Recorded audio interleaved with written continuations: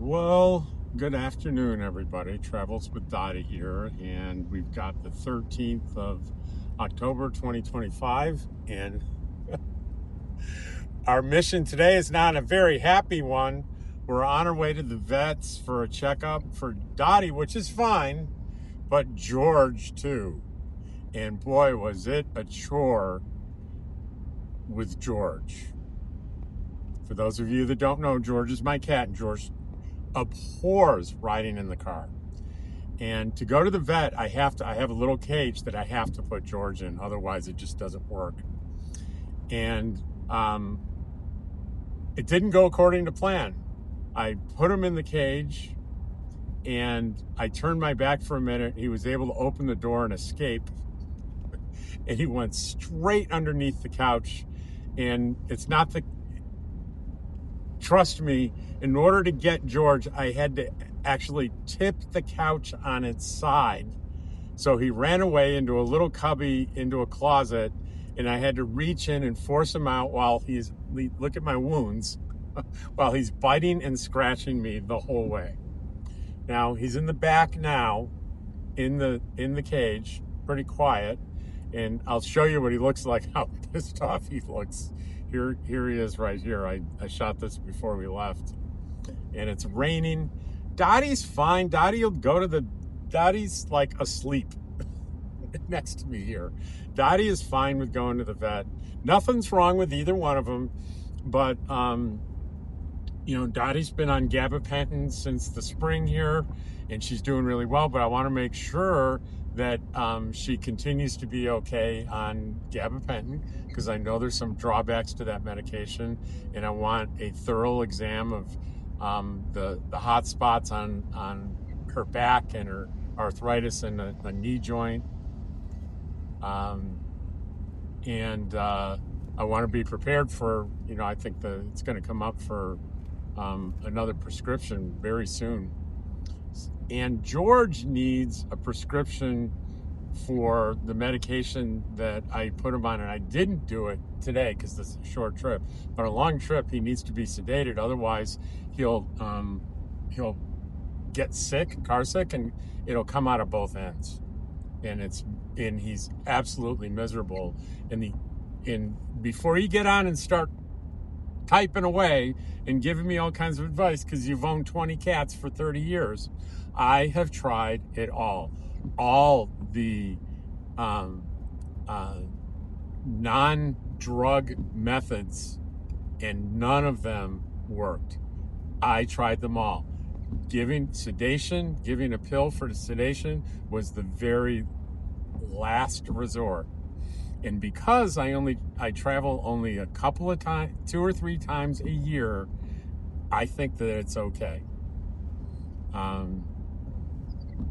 So none of this about you shouldn't be sedating your cat. You should do this, whatever idea that you have. I've even taken in the past ideas from people typing out ideas. We're done with that.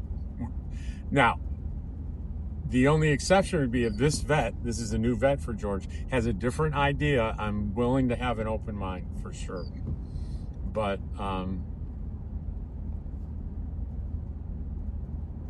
I'll be glad when this is over. I will be glad when this is over. I think if I have just a couple of hamburgers to go for my fast food cheeseburger review, and Burger King is up next, and I think we're going to have time so I can stop and get a Whopper. The park where I usually park is right across from the vet's office, so I can do that right before the appointment. Otherwise, I'm just going to have to sit out in the car with the two of them and wait. And I'm not hungry because I had lunch, but I can show you the hamburger, take a bite out of it, tell you what I think, rate it against other ones, and then wrap it up and have it for dinner tonight. So that's the plan. As a matter of fact, I think I'm going to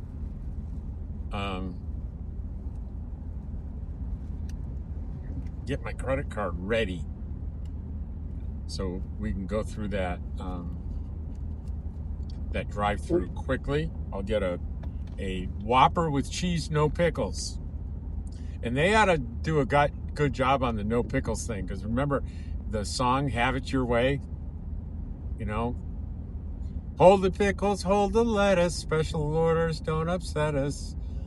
All we want is that you have it your way, have it your way. Burger King. That's got to be 20, 30 years old. I haven't heard that in a long time. But I guess they don't do that anymore, because basically everyone is willing to do that. And I think back then, places like McDonald's weren't taking special orders, or it was rare, or they didn't like it or something. But that was Burger King's, that was their thing back in the day. And it was the only serious threat to McDonald's for a while, and it's a decent threat, but it's not. They never got as big as McDonald's. Remember in college, one of the jobs I had in college was as a security guard, and I would have to, spend a whole night in an office, overnight, sitting in an office. And for a while, one of my assignments was the Boston Burger King office. And I was absolutely convinced if I looked around enough, I'd find something to eat. Never, of course, they don't have like Whoppers sitting there ready to eat in the offices. It didn't stop me from looking around and being curious. The Burger King office. Boy, that was a boring job. I was in lots of different office buildings, sitting at a desk overnight. And there was one, there was a method that security guards used to use, and that's long gone, but it was, how do I describe this? It was a big circular thing about this big around and this thick. It had a leather strap on it, and you carried it around on the strap, and it would take a key, a big key. In each place you were supposed to go every hour had a key on a chain at the place you were supposed to go. So you take the key on the chain and you would put it into this thing and turn the key, which I think would happen was there's probably a paper on a roll there that advanced with time, and it showed you what key at what time you hit. So it proved you were making your rounds. And if anybody can remember what those were called, let me know in the comments. But boy, I just dated me pretty good, didn't I? So I'll be with you when we get the burger, and then I'll do some shots a few shots in the vet office, I promise. All right, so we are coming up on the Burger King here, and normally this would be the last one, because it's all the fast food places in Artesia that serve cheeseburgers. But I found out that the local supermarket makes burgers, so it's not a chain, but out of loyalty to Artesia, I'm going to include them. So we'll do one more after this one.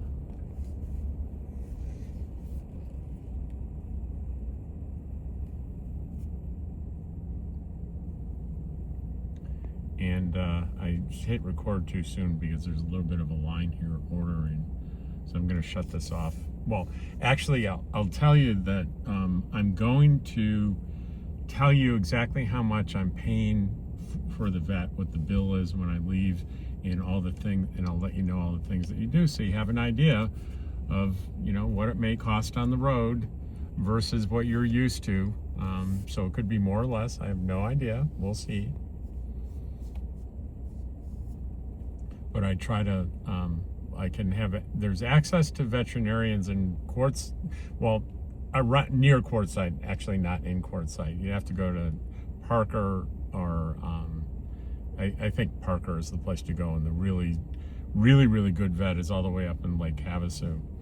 And there's a good vet in Angel Fire near Eagle Nest, but my primary vet is here, And normally I would not have to go to vets at either one of those places because I'm here six months out of the year. So there's one person here. I'm telling you that there's one person in line ahead of me. You know that better than I do. That's what you're looking at. Hello. Dottie's still asleep. George is not making any noise, which is a good sign. But I'm going to have to do this separately. I'll take Dottie in first, get Dottie done, bring Dottie out to the car, then bring George, because I'm just afraid that if I don't have both hands and everything, that George will escape from the cage again. And that won't be good, especially in the veterinarian, because the vet, they have 2 cats that just wander around, and then I'm asking for a cat fight. So I'm going to turn this off. I'll turn it back on when we get settled and I show you the food. All right, we got the Whopper with cheese, and up here on the right is Central Park. That's where I usually park, right there. But I'm going to park up here where the vet is. It's called Critter Care, and that's where we're going to be. I'm going to park there. We are exactly 14 minutes early for the appointment, so this is pretty good timing. It's very good timing. It's a little crowded in here, a little bit. So let's slide in here to this end one.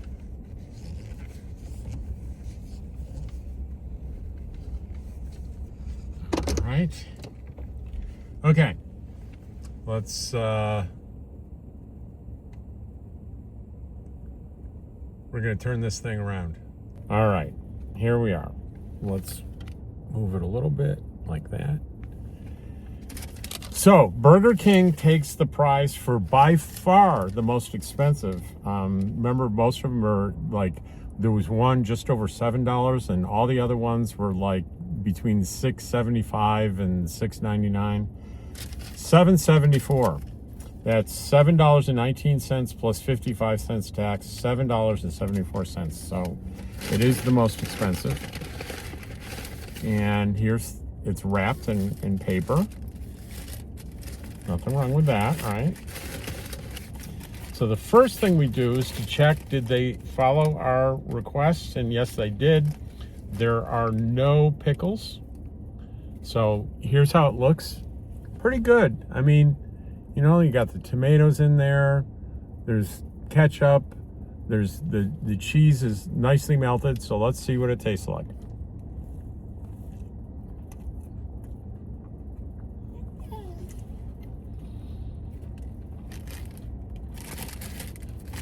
I don't know if you just heard Dottie cry. She smelled the meat. I would say it's about average. I'm not going to say it's anywhere near being the best one. It should have been for the price. So we're taking the one bite, and we're going to take that home, and we'll have that for dinner tonight. We'll have to warm it up a bit, but so one more to go. The next time we come into town, we'll buy a cheeseburger at Fenn's and see what that, and that'll be it. I think I'm over being excited. If you don't know why I'm doing this, if you haven't been watching all my videos, and no reason why you should be, I had watched a guy do reviews on hamburgers and cheeseburgers in fast food places, and I thought it was a great video. I thought it was fascinating. And I realized on my channel, I'm not going to do well doing a food video, but it just doesn't fit with what I do. But I could, as I'm going about my business, do one hamburger review every time I go into town, and that shouldn't hurt. I got a call that came in that, it's funny, it stops the recording when you get a call coming in. But it didn't continue to come in. I think my sister butt dialed me. So what was I going to say? Oh, here's something that I wanted to talk about. Some people get really upset about fast food. They get upset in particular about McDonald's. And I think Morgan Spurlock, if you know him, did a a movie called Super Size Me, and he ate McDonald's 3 times a day, and all these awful things happened to him. So people really shame McDonald's and fast food. So I did some research, and I found out that it is in fact not true that fast food hamburgers, in particular McDonald's, because people pick on McDonald's, are less healthy than alternatives, cheeseburgers, hamburgers in sit-down restaurants. In fact, experts will say that it is worse for you in a sit-down restaurant because the portion sizes are often larger.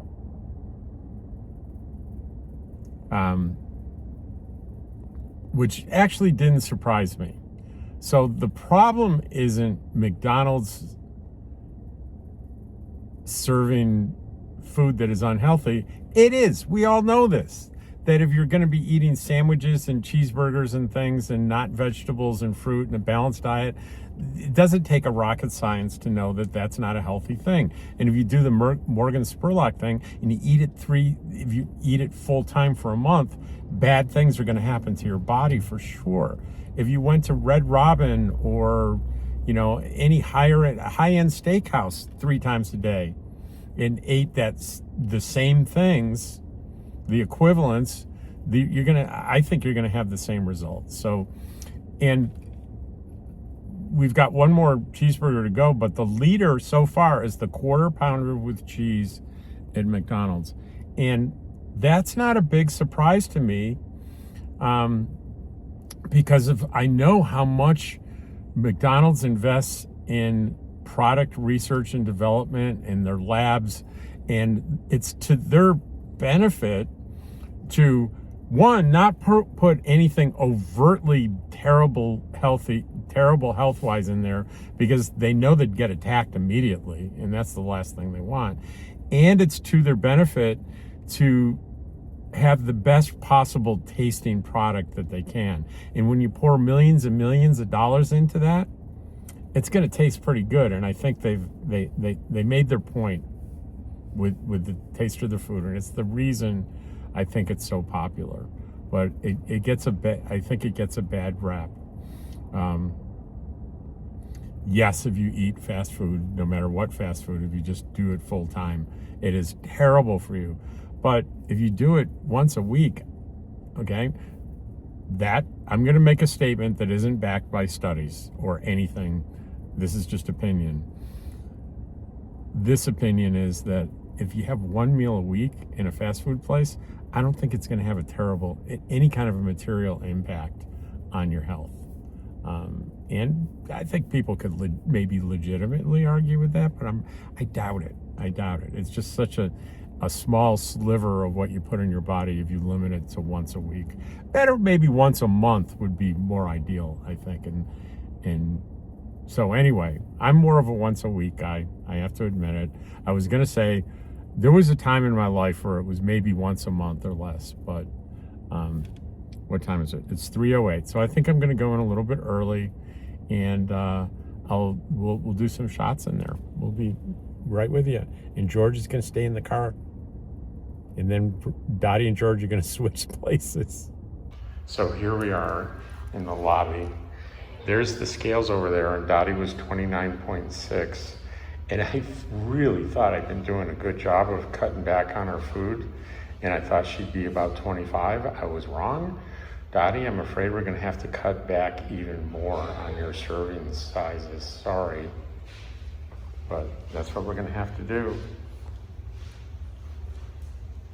So George is out waiting in the car, and we're early. So we'll get Dottie done first, and then we'll bring George in.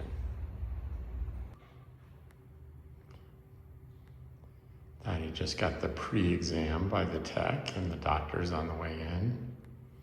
And her heart murmur continues to be just a grade 1, and just they can barely hear it. So that's good. It's a good thing. Right, Dottie? Dottie.